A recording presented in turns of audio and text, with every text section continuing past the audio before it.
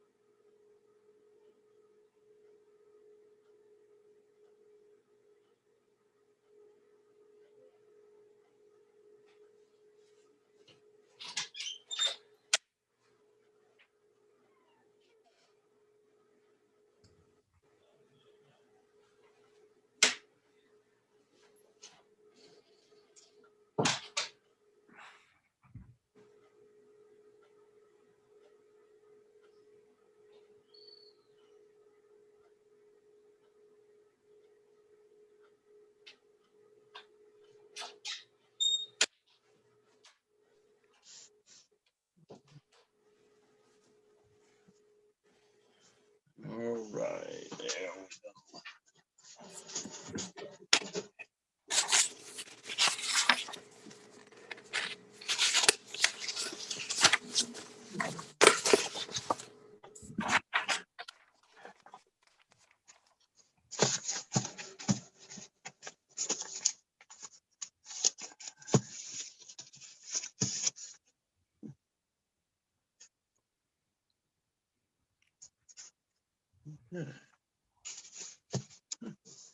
Hey, Ron. Hello, Doug. How are you? Just great, thanks. How are you? Good, good. Good, good.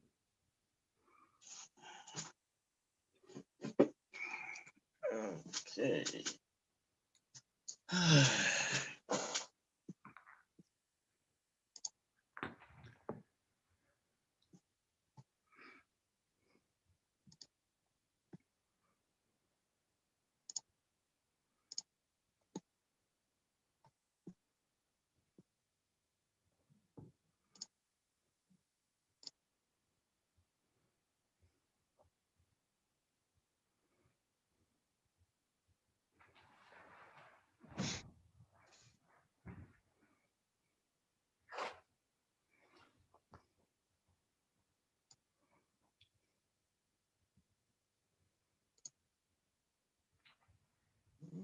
Okay.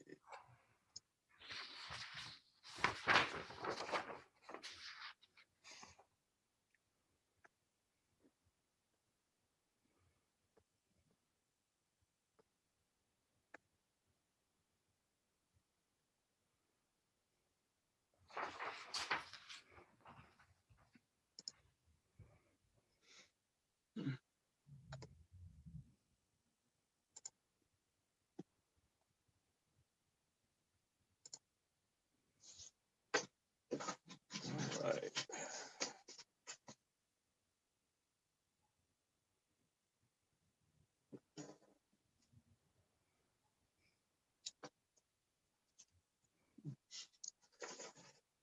It's kind of quiet. Everybody go home? Yeah. Uh,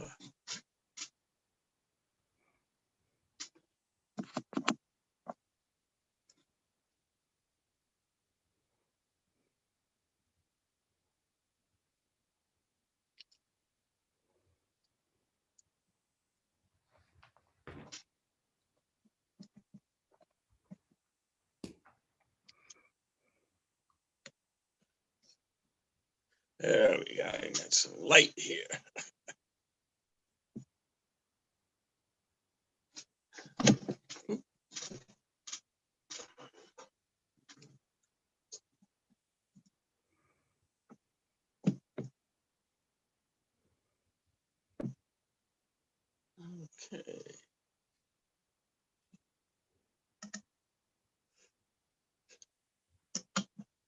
With that light behind you, you look angelic. Yeah, it's got, what it is this light up here is putting light here. So the phone here is saying, well, I got enough light, so it's not getting, so I'm trying to put some on me. Yeah. And I'll get it worked out by this summer. There we go. There we go. Yeah. Yeah. Okay. Let's see if that works. That's a little bit better. I'll probably have to get one of those overhead lights there that works, but that's a little bit better. Thinking of aware of this being the Yeah. Pennsylvania Avenue fence being in front of them today. Not seeing her up there. Okay. She got it. Okay.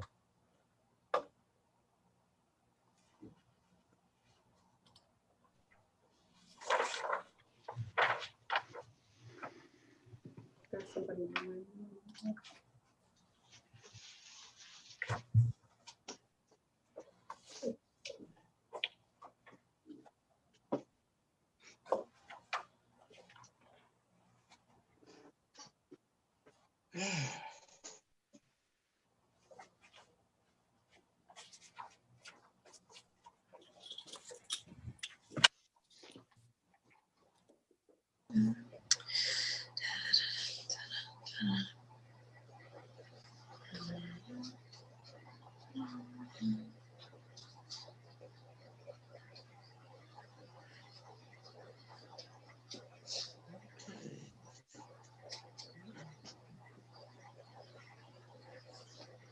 Recorded live.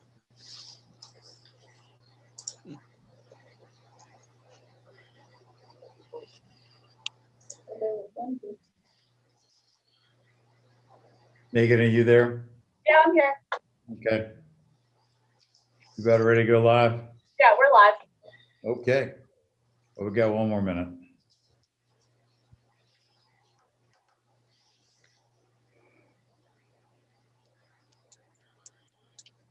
Doug, we don't have any minutes. Yeah, thanks.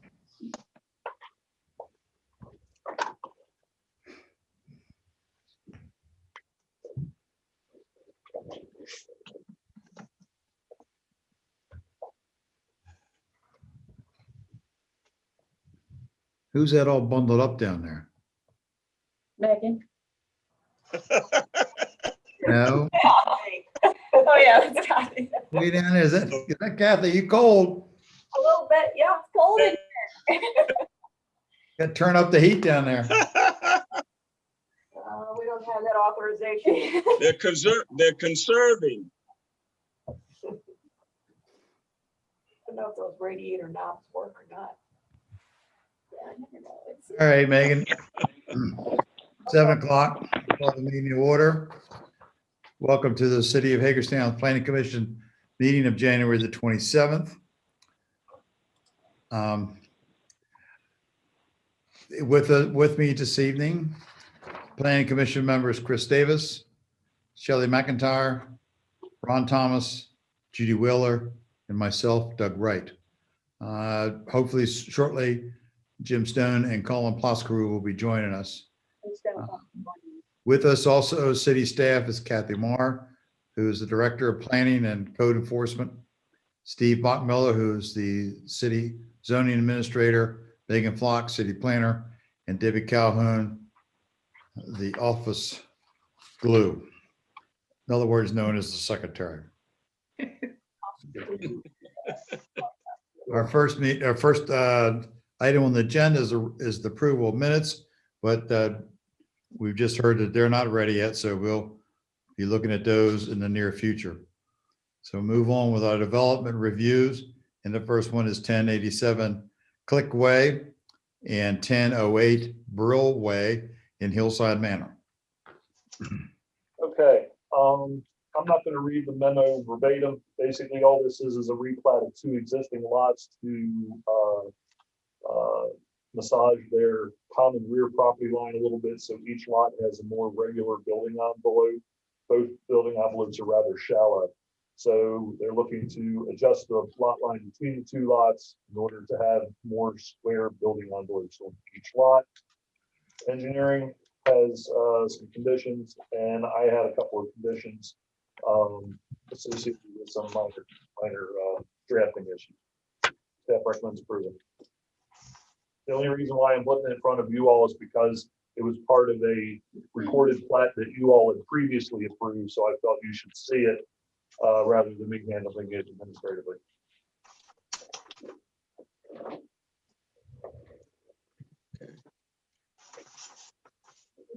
We will see a site plan too.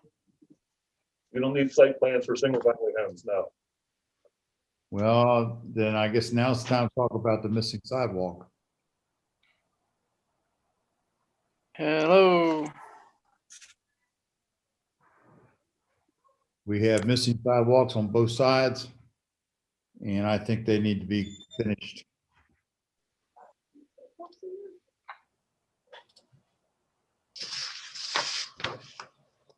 Take a look.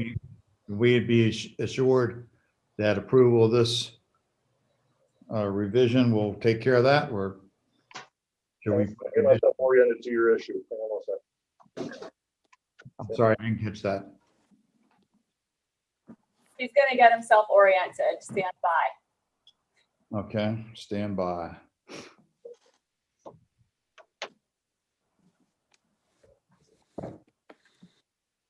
Oh, okay. There's no sidewalk. There's a lot. And that's because typically the sidewalks are put in when the house is built. Right. No sidewalks. So yeah, part of the sidewalk will be installed as part of the building permit for the house. So we don't have to worry about it now, and we'll get done. Correct. I'll take those insurance. All righty. Any other comments or questions? There'll still be two buildings. It's just a different configuration of the lots. Is that correct?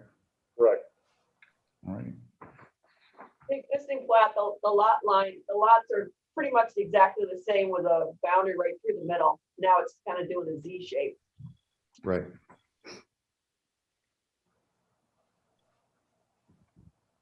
Steve, it says here in the memo that we're anticipating receiving approval from the Water Division. But I don't see that in my paperwork. Do we have approval? I think that's come through yet, but I think it's gonna be pretty pro forma because all of that was approved when the subdivision was designed. So I would recommend just putting a condition subject to final approval by the Water Division. That should take care of it. Okay, thank you.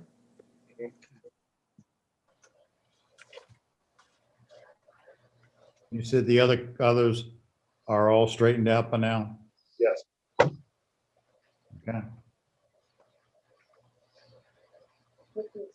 With the exception of engineering and myself. So we should make this subject to all those conditions. Those three, yes.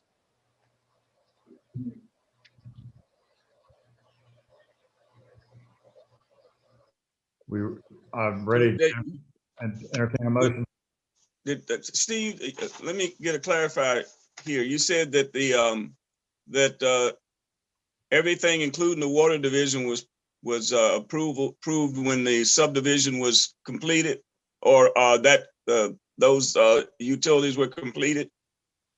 When the subdivision was designed and the preliminary plan was approved by this body, probably going on 15 years ago or so now, all of the water and wastewater connection designs would have been done at that time. I really anticipate Water's review when the wastewater's already approved it. I anticipate Waters, when we get it in, is just kind of a rubber stamp because they've been through this drill already on this property. The utility connections are not going to change. Okay. Well, I'll make a motion then that we accept the or approve the site plan It's a plat. as submitted. Excuse me, the plat as submitted.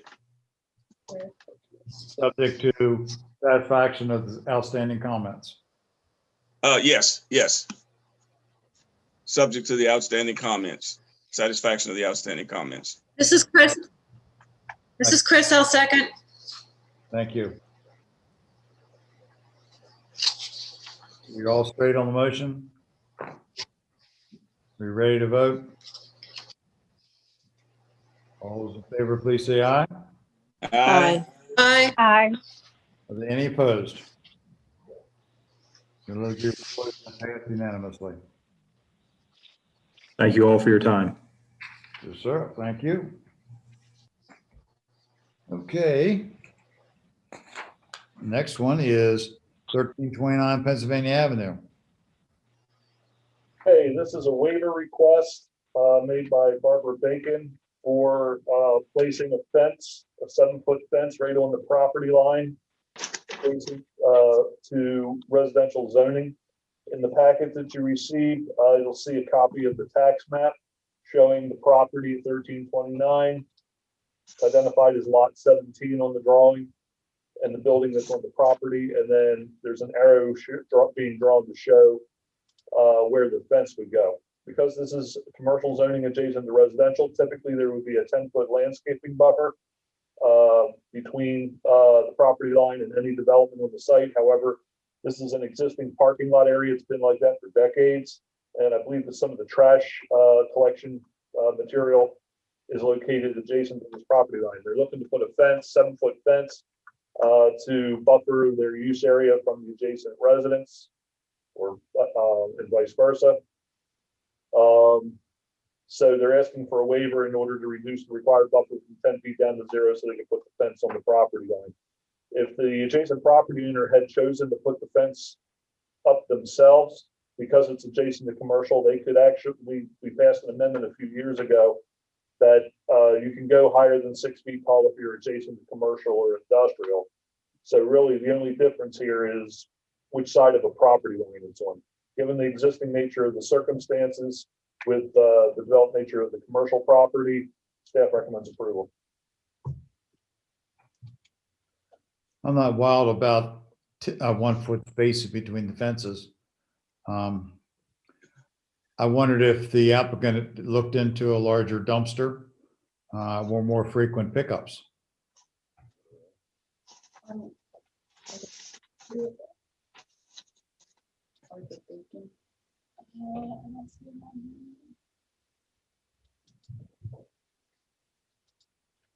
And my question is, if they go with a larger dumpster, wouldn't a taller fence would be appropriate? Well, a trash enclosure is typically 6 feet high. The proposed fence is 7. Okay. I'm not exactly familiar with the type of trash collection equipment is there. Fortunately, I don't see the applicant signed on to the meeting.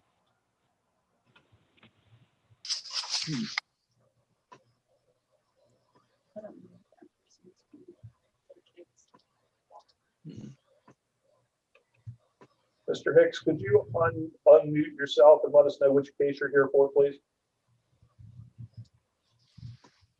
Hi, good evening.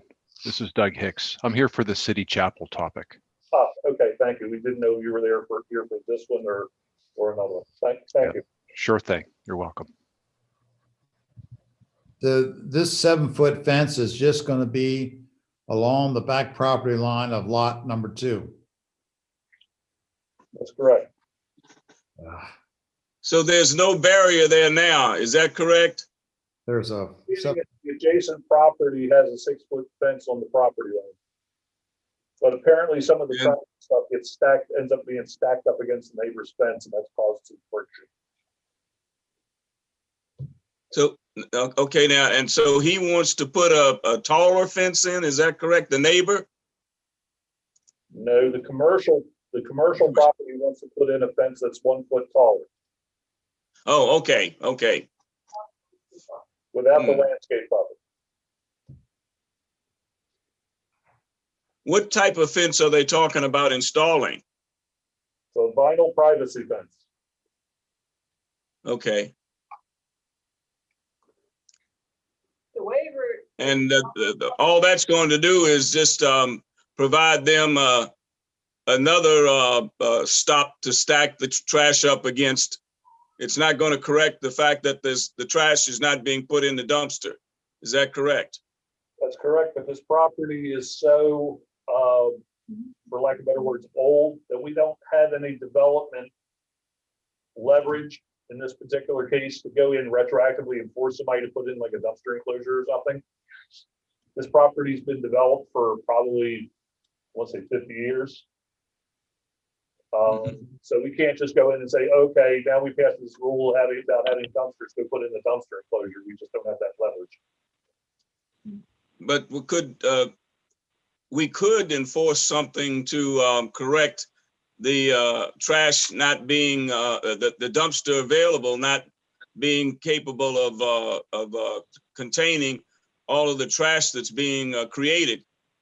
Do we have a measure or a way of controlling that? Not this body that I'm aware of. It might come under property maintenance or public health or something like that, but not planning. I'm not aware of us getting a complaint in code administration. And it may not be anything that would trigger health being concerned. You know, if you had like some extra plywood or something stacked up against the fence, waiting for the trash to come in, that plywood's not going to attract rodents or anything like that. So it just depends on what's leaning up against this neighbor's fence. I got you. Well, I'm just wondering if this is a continuous thing, not just once in a while. Then maybe what needs to be done is some conversation with the dumpster owner as to making arrangements to find a larger container. I really don't think that's the purview of this body. The question in front of you is yes or no on a waiver for the landscape. Oh, okay. That's the only thing that we're concerned with now is a waiver for the landscaping. Correct. Okay. Well, I beg to differ, Steve. Our job is to represent all the citizens of Hagerstown. And as long as we don't go against an ordinance, I think we have all the right to investigate ways to improve things. So I would disagree with you a lot on that. I'm assuming that Dr. Bacon wants to put this in as a goodwill gesture to the neighbor. That's my guess. Unfortunately, we don't have somebody signed into the meeting on their behalf. I thought they were going to be here, but they are not. Maybe we ought to table this. Do we look a little further? I'd like to see some more research done on it also to see if we can make the situation a little bit better. It may not go any further since there's nothing in the ordinance that provides us with the tool to correct it right now. But we could talk with the customer and explain to him our concerns.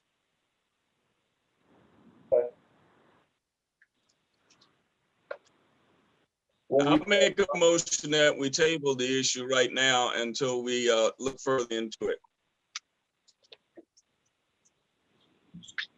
This is Chris, second.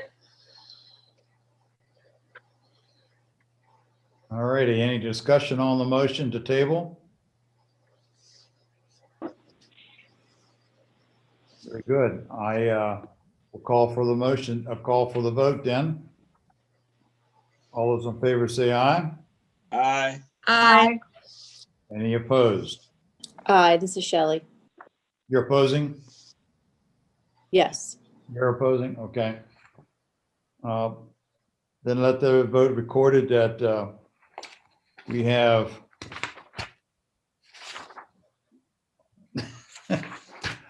one, two, three, four yeses and one no.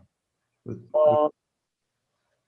just have somebody else just sign into the meeting. Let's see who this person is. It'd be great. Person with your phone number ending in 630, could you unmute yourself and identify yourself, please? Hi there, my name is Helen Flossmont. I have to do with the Wyoming Avenue property, so I was just trying to listen in on the meeting. Okay, welcome. We just didn't know if you were here for the one that we're currently discussing or one later. So that's coming up a little bit later in the agenda, so please stand by. Okay, thank you. All right then. I guess we'll move on to the next one. And that is City Chapel, 227 East Washington Street. Where West? This one we definitely had applicants for. We got Mr. Hicks, Reverend Camp, et cetera, here. I'm not going to belabor a description. You're familiar with this. You approved the second extension on the approval of the site plan with the time limitation that's coming up for renewal. Therefore, we're putting it back in front of you for consideration. I have nothing to add since the last approval. Any discussion? The only thing that I noticed was that there have been some, I guess, indoor, outdoor, or all-weather carpeting laid down where the tents are going. Is that having a definitive effect right now on the turf? I just noticed that this afternoon. Maybe Mr. Hicks or Pastor Camp could answer that question. Yeah, this is Pastor Zach.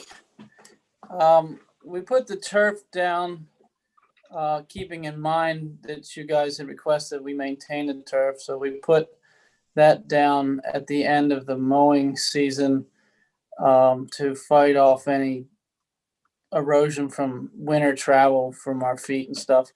We did it last year and it worked out real well. As soon as we pulled it up, 6 to 10 days, things greened up real good and we didn't have real torn up soil and turf. Yeah. Sounds and good. That answers my question. Yeah.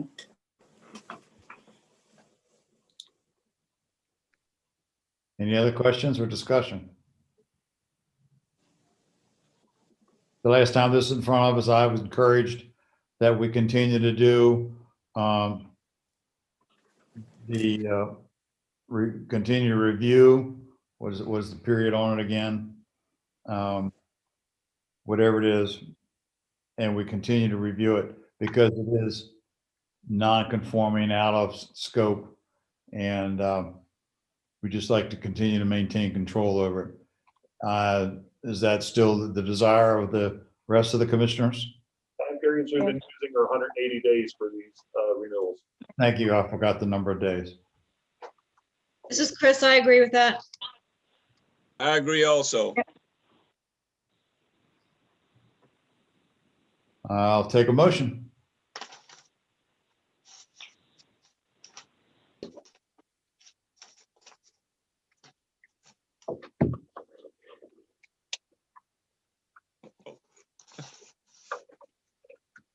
And everybody, I'll move approval of the site plan renewal.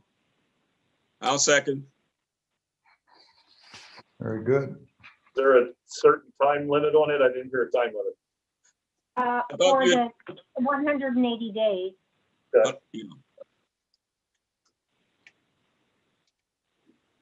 Is this costing the church for them to come back and ask for this every time? No. Thank you. The permit needs to keep getting renewed, which kind of sparks it. Yeah, I missed the last part. You can only get a temporary permit for so long, so they have to keep getting their building permit renewed as well. If there's a cost to that. Yes, but that's nothing that this process has anything to do with. Hey, just humor me, Stephen. Just please answer my questions. There is a cost for a building permit.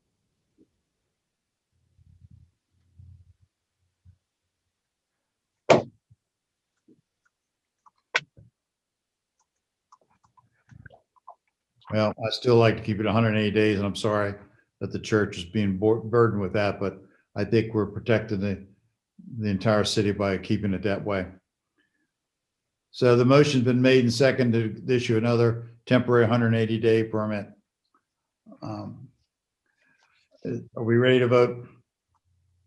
Yes. Thank you. All in favor, please say aye. Aye. Aye. Any opposed? Passes unanimously. Thank you. Okay, next I have a workshop on 410, 412 Wyoming. Okay. This, we do have a couple representatives of the applicant.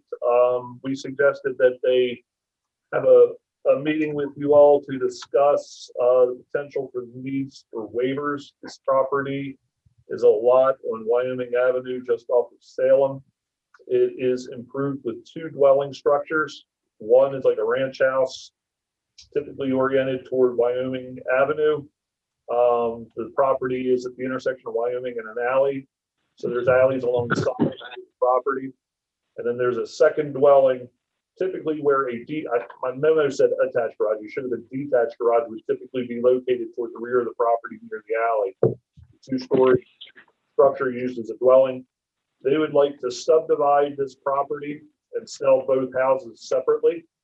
However, the subdivision ordinance says that you can't create a lot or a house that does not front on a public street. And given the configuration of the lot and the existing house in the front, it would be very difficult to create a lot in this situation with some sort of pipe stem that meets the letter, if not the intent of the ordinance, by creating a pipe stem out to Wyoming. Therefore, there's a possibility of needing a waiver to the requirement for road frontage. And I suggested that they meet with you all to see your receptiveness toward whether or not you would want to grant such a waiver, or whether or not the 2 properties should, or the 2 houses should remain on a single property. And with that, I'll turn it over to the applicants. So we're not actually looking to sell the front property. We're just going to sell the back. That we're looking to sell the back property.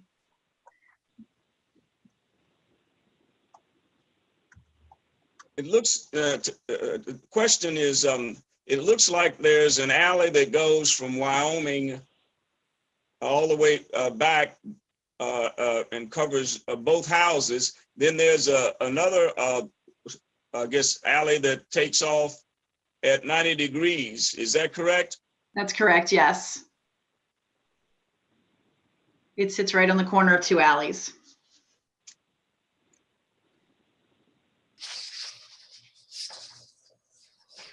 So this request is just for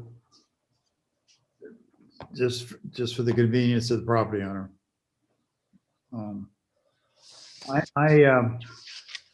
sure you do want to sell it. I don't have problems understanding that. But this is, it's, I don't know, we have other cases like this in the city or not, but I'm not real excited about having that house not on a public street. I mean, there'd be no services available to the house. There will be no trash pickup, no snow plowing by the city. It's just does not have, of course, they'll have to pay city taxes just like the remaining property, which at some point will cause further problems with the new owners and the city. I just think this is a bad approach. I can understand the want, but I just got a real problem with us approving this unusual exception. Well, there's currently tenants that live there. So they have to, I mean, somehow they have to have trash pickup and somehow they're maintaining the snow removal. City does not snow plow alleys. Right. So it's being done somehow, some other way by not the city, and the next buyer down the road is going to even want it more. Hey, I'm paying taxes. I should get my alley plowed and et cetera, et cetera. I mean, how is this fed by water and sewer? Is it a common water and sewer connection? Ellen, can you answer that?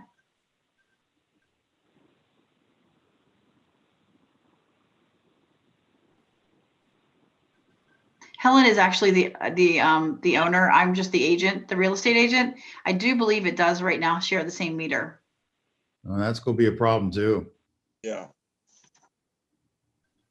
In order for them to be separated on the separate lots, the house and the alley will have to have its own water and sewer line coming in off of a street or alley, wherever the lines happen to be.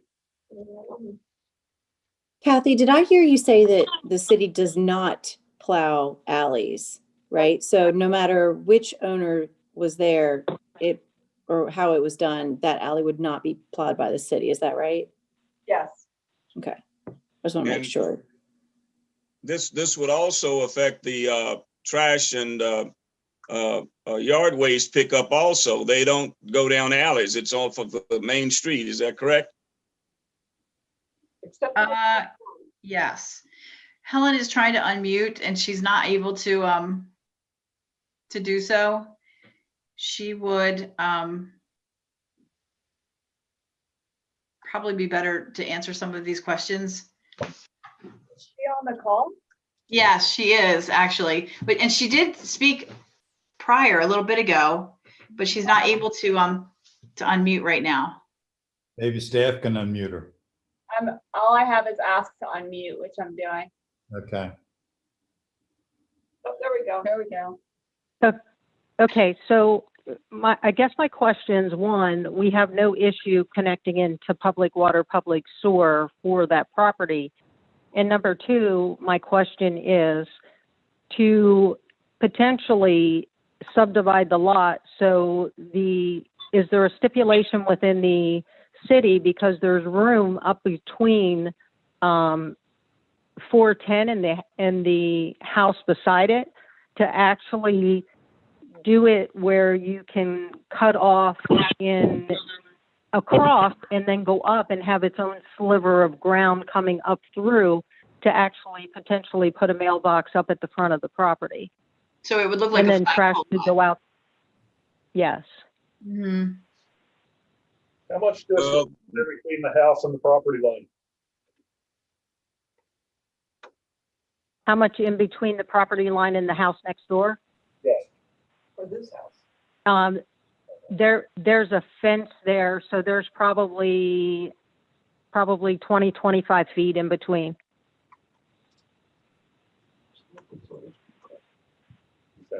So what would have to happen is that you would have to create a right of way through there, an easement, so that house in the back would have perpetual access. Ron, I think it has to be fee simple. Fee But I'll- simple? I'll let Okay. Steve answer that, not instead of me. I'm just guessing. Yeah. Which we would have no issue like granting that piece of property to the back half of the property. That would be the actual lot. Like the lot it would look like a flagpole. Yeah. Mm. Yeah. Yeah, there's a So minute. that in itself would be that access that you would have. I forget the name. I'm drawing a blank tonight. A stem access. Or what do they call those when you have two pipes? Stem. Yeah. Panhandle. That's it. That's the word I was trying to come up with. I would rather see that done to make it individual access for the house in the back, if it's possible. We probably need a waiver to the width of the pipe stem, because you need 25 feet between the front house and the property line. Going down, To be able to do that. going down a slippery slope. Yep. I could see people fighting over this in years to come. New owners, what's this doing here? I don't want it there. You know, I just see this as a real problem in the future. I agree with that, Doug. I think that slippery slope is, you're so right. But you would, Great. you would have something similar to that with the access of the alley getting to the back house. Because then basically the city would be responsible for maintaining that alley, you know, making repairs to any damage to the surface and so forth. Well, the city is responsible now. Yeah, that's what I'm saying. It's not built to city standards for a road. Yeah, that's exactly right. There's gonna have to be. But there, I'm sorry, I'm interrupting somebody. would there be any additional, there wouldn't be any additional traffic per se going on that road now, considering there are 2 tenants in the additional property. There's 3 ways to get into that. You can get into it from the perpendicular alley behind it, or coming up the alley that's directly beside it, either way. So you can come in from it from the far end, or you can come in from it directly off of Wyoming. But I can see a situation there, and it's probably happening now, that since the city doesn't plow it, that's going to be the last thing. And somebody is going to want to know why the city isn't plowing it.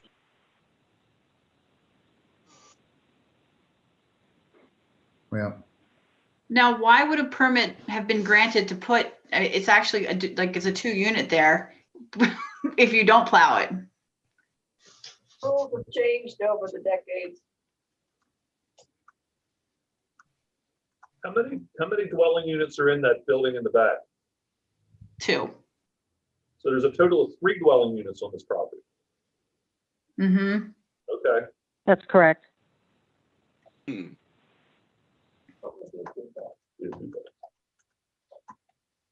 I was under the impression it was a single back there.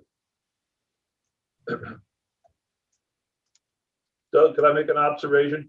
sure, please. If I don't want to influence your all's decision on whether or not the rear building should be put on its own lot or not. That's why we brought it to you. But if you're looking, if there's an inclination to allow it, there's obviously going to have to be waivers to the ordinance in order to make that happen. If you're inclined to go that route, I would recommend that you simply waive the requirement that the house have to front on a street. I don't see the benefit of creating a 10-foot wide substandard pipe stem out to Wyoming just to meet the letter of the ordinance, which I think Doug alluded to earlier, would just create more hassle than it solves. So if you were looking to do one of 2 things, either a waiver not to have frontage on the public street for this lot to be created, or a waiver to reduce a pipe stem width from 25 feet down to 10, 15, 5, whatever it is, to meet the letter of the ordinance that nobody's going to use and it's going to be a source of contention in the future, staff would recommend that you just waive the frontage requirement. Now, and again, I'll reemphasize, I don't want to influence you all deciding on whether or not you think it's good to have it on its own lot or not. That's the purpose of this conversation. But if you're going to go the other route and a waiver is required, staff would recommend just waiving the requirement for the frontage and not creating the pipe stem. Steve, this is Chris. I have a question. What would the city recommend the best thing to do would be to make sure that like fire and ambulance can get to that property? Much the way the existing situation is. You know, you got 3 alley accesses in there. And if it's, the only problem is if it's this, no, someone has not plowed the alleys, then the fire truck and an ambulance would have trouble getting back there, but that would be the existing condition that there's there now. And that's not an optimal condition because sometimes as the equipment is bigger than those alleys are. Yeah, that was my concern also.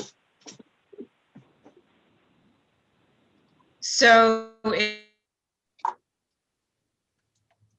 there was a pipe stem sort of off of Wyoming, that you would have that same situation with fire trucks and ambulances if you put the pipe stream off of Wyoming. It probably wouldn't be wide enough for the emergency vehicle to get down in there. They would have to, hand carry any equipment in there, lay hoses, so forth. Well, the alley is wider than any driveway that they would put in. Basically, the pipes then would be simply to meet the letter of the ordinance that requires frontage. So now the house that sits behind the property on Wyoming, like right behind the second dwelling, is that, I see cars parked there. Is that that's a garage? I hope so. Okay. Yeah, when you go That's a detached garage? 3D view and swing around, you can see there's garage doors there. Okay. Now, whether that's a garage or not, I still don't know. Looks like a concrete block, single story garage. Yeah, there you go. That's it. Yeah, that's it. Now the folks that park their cars in garages that are placed behind their dwellings, I mean, they just know that the city doesn't plow the driveways or plow the alleys during snowstorms. Yes.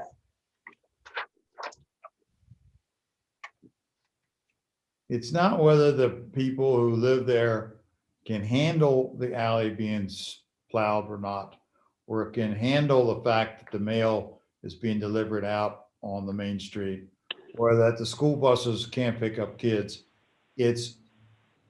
That is what a future owner will expect to have. And a future owner would have every right to complain to poor city council people that they're being denied, they're paying taxes for something that they're not getting. We have seen this occur in other areas, not exactly like this, but similar situations where people bought into subdivisions that did not have public roads. They had private roads. And the city commissioners heard an earful about taxation without services. This is just one of many problems with this. It's not the current buyers and the current owners that we have to think about. It's future owners. And this is just a bag of worms that it's a shame it's got to this point. I certainly can understand why the owner wants to sell it. But should the city now take on this future problem so that the owner could get a return off this property? I don't necessarily see it as a problem now. There are kids in the unit that live there, and obviously they go to the school district. I see it more so as a benefit, as hooking into another set of utilities and another set of taxation that the city is actually collecting then on that individual property. I'm sure you and I would look at it differently, and I understand that. Those people that are now, No, those people are tenants, they're not owners, and I'm sure they're handling it well, and they're very happy to be there. That's not what I'm concerned about. I'm concerned about you selling it, and then that person sells it, and the next person sells it, and that person comes to the city and say, hey, what's going on? So it's just creating a future problem that I would recommend we don't entertain.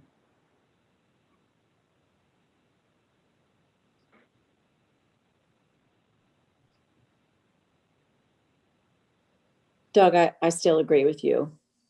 As disappointing as it may be to the current owner, I think that it is really just creating a problem. I'm sorry to have to say that to the current owner. Right. But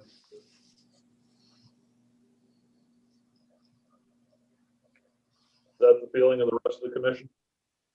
Yes. I'm seeing the This is same Chris, thing. yes. Yes. Yes. Okay. Helen, do you have anything else? I do not. Nope. Okay. Thank you for your time. Thank you for yours too.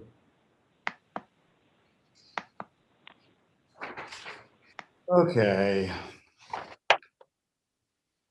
Our last item then is the Board of Zoning Appeals agenda.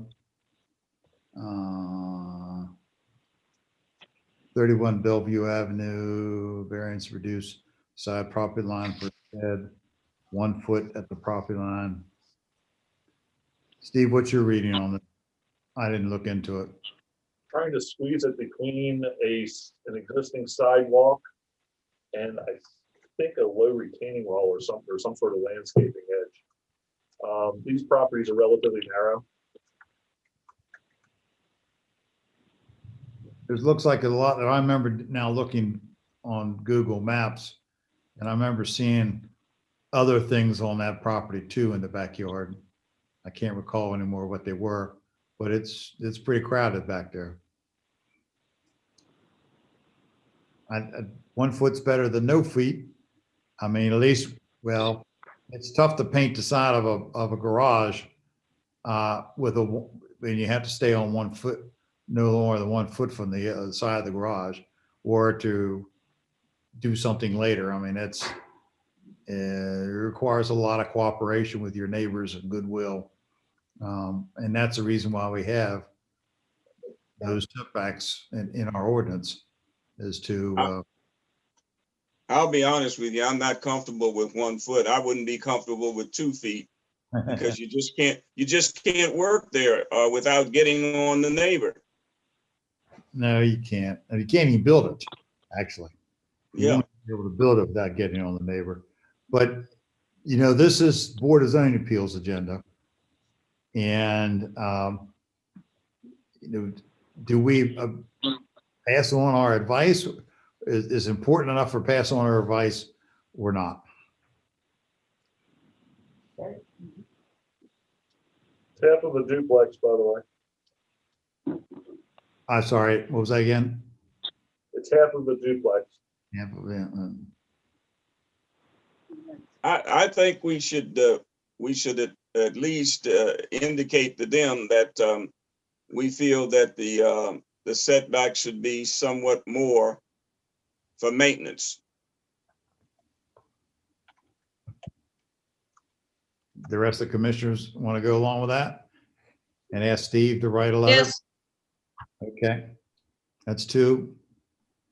I'm fine with that. Sounds good to me. Could you hang on a minute? Let me go pull the file on it because there might be other situations in the backyard that affects it. Give me 1 minute. Okay.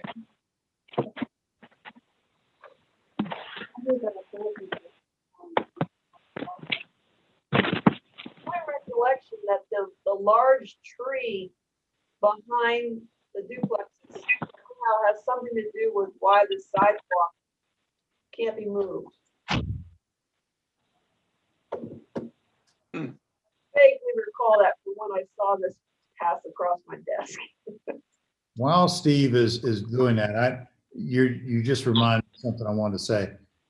Could the city possibly look into putting a microphone out in the middle of the table? It's hard to hear you all in that big room. And also by wearing masks, it even makes it harder. If we had a mic down in the center of the table or particularly closer to Steve, or at least in the center somewhere strategically located, I certainly would appreciate it because I do have trouble sometimes understanding. But that's just my input. Okay, we'll see what we can do. Thank you very much.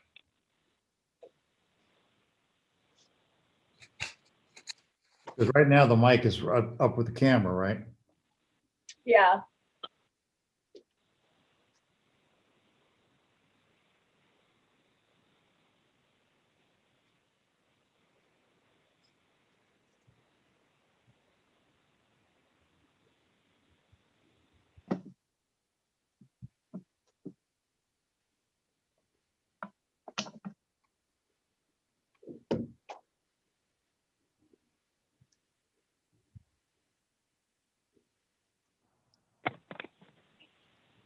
The other concern I have with that 1 foot is lawn maintenance. You can't Yeah. even get you'd have a hard time walking down that little area there between the property owner and the shed with a weed whacker. It's just like that 2 fences 1 feet apart. Yes, yes. And this is just spread with weed killer and Yeah. grass. killer. Yeah. Your explanation of unique physical conditions. The desired shed location is only 11 feet wide. It is between an existing sidewalk and the property line, which is a neighboring 2-foot-high stone wall. The left side of the shed will be adjacent to the paved parking area that extends to the rear of the property. Conforming to current setback restrictions would require the size of the shed to be reduced to the point that it would limit its practical usefulness and functionality. See, a lot of vehicles garbled to me. I don't know. Here. Maybe take the mask. All right, let me read it again. The desired shed location is only 11 feet wide. It is between an existing sidewalk and the property line, which is a neighboring 2-foot-high stone wall. The left side of the shed will be adjacent to the paved parking area that extends to the rear of the property. Conforming to the current setback restrictions would require the size of the shed to be reduced to the point that it would limit its practical usefulness and functionality. Given the limited placement options on the property, a setback variance would allow for a 10-foot by 16-foot shed to be built, which would meet the storage needs sought. Let's see. With the existing setback requirements, the largest shed could only be 7 feet wide. A shed that narrow would hinder its useful functionality and accessibility of a shed intended to store lawn and garden supplies and equipment.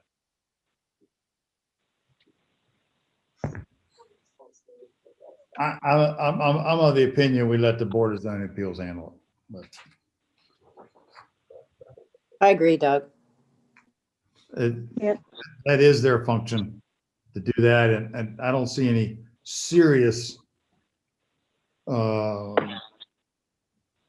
challenges to our zoning ordinance and land use management code. When Megan had the alley, it's actually going to be located behind where the garage is. So as you're looking down the right side, basically it's behind that garage. Yeah, Hmm. where that is. Yeah. Yeah, back in there. Yeah. Looks like they've got quite a bit already That's what I thought, use there.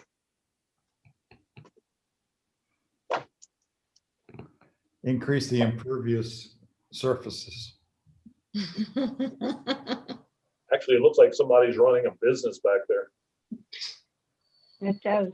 That's an awful big tractor for that little yard. We'll check it out. Well, Steve, between now and Board of Zoning Appeals, maybe you can go out and look in person. I still, unless somebody really, Ron, unless you really want to make a motion that we write a letter, I would just say, hey, I won't vote against it, but I just think we just.